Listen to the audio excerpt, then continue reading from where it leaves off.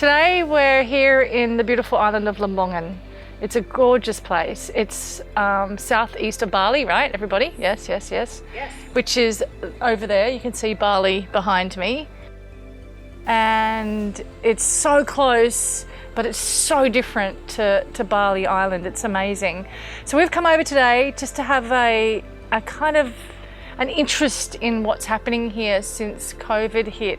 Globally, especially here where we live in Bali, and how it's hit Indonesia as a whole. But in our backyard we have Lembongan, and what's happened is a lot of people in Lembongan that normally live in Bali have come back to Lembongan to diverse their income as much as they can, and one of those ways is seaweed farming. So we're going to go check out what they're doing and how they're doing it. It's very fascinating. And I used to use this seaweed, and I was telling you about this, right? I used to use this seaweed back in 2011 in Australia, and I used to get it bought in by a company, and it's incredible. I knew it as Irish moss. That's how I knew it, and I would soak it for days and days to get the seaweed flavour out and use it as a gel in my raw cakes instead of nuts.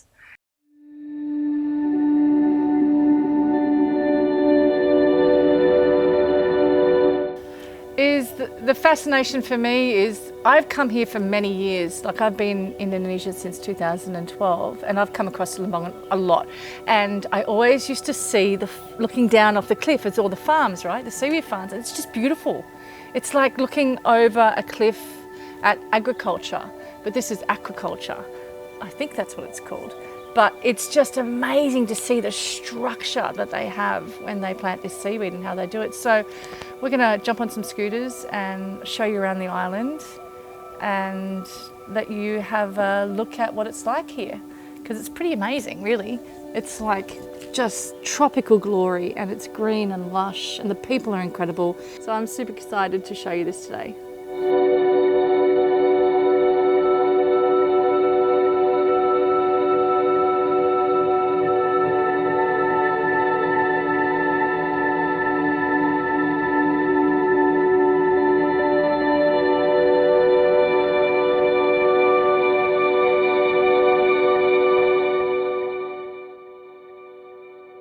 I'm here in Lembongan with Angga, who is now a seaweed farmer and used to be a manager of a really large hotel, right? Yeah, in Lembongan. And that hotel had 30-something rooms that you used to manage, and now you're seaweed farming for solution, right? Survival.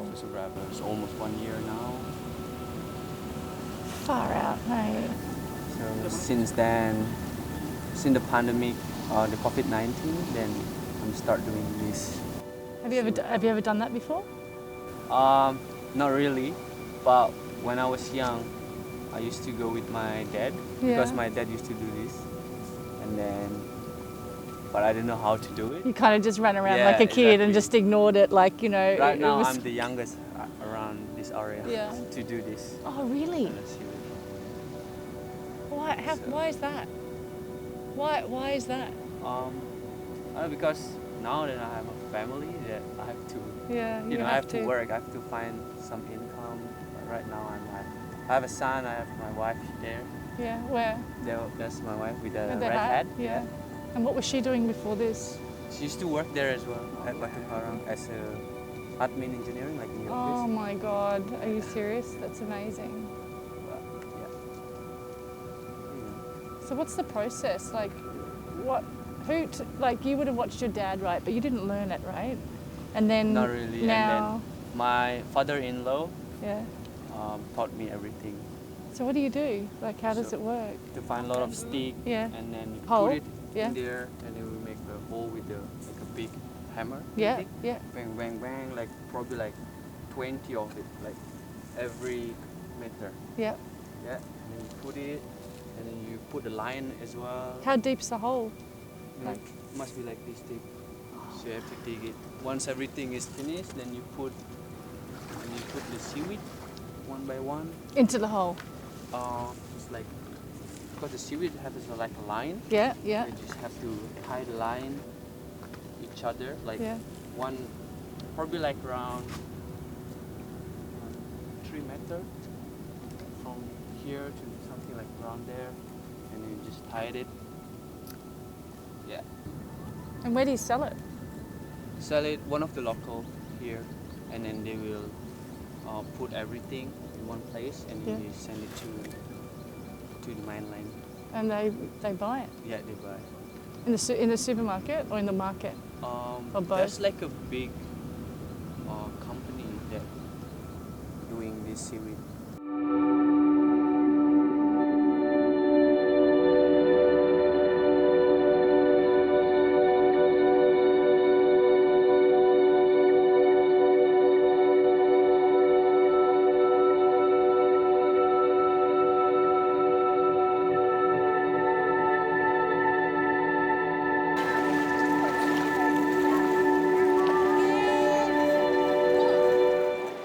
And we're coming to the end of this beautiful trip at Nusa Lembongan, and Bali's just behind me, as you can see. What I learned about this, actually, to be honest, was uncertainty is certain. And that's what I've learned. And for me, I have in my belief system worry and fear and uncertainty, but I just realised that what I have deep inside my connection with people and with everything that I do is there's definitely a certainty around uncertainty, and I smile saying that because that gives me a sense of relief, and it throws me into the letting go, you know, of what if. And now, as I sit here and head back to the mainland where I live on Bali, I leave with a sense of gratitude and almost purpose to continue my life and be happy with uncertainty. And that's what I got from this whole trip, was all the little conversations I've had off camera and all the things I've talked about with other people. It's been a really interesting vibe. And life is an extraordinary adventure, and that's the big thing, right? So much happening, and there's so much magic happening. If we focus on the magic, there's a great level of reverence inside. See ya. I'll see you in the next video.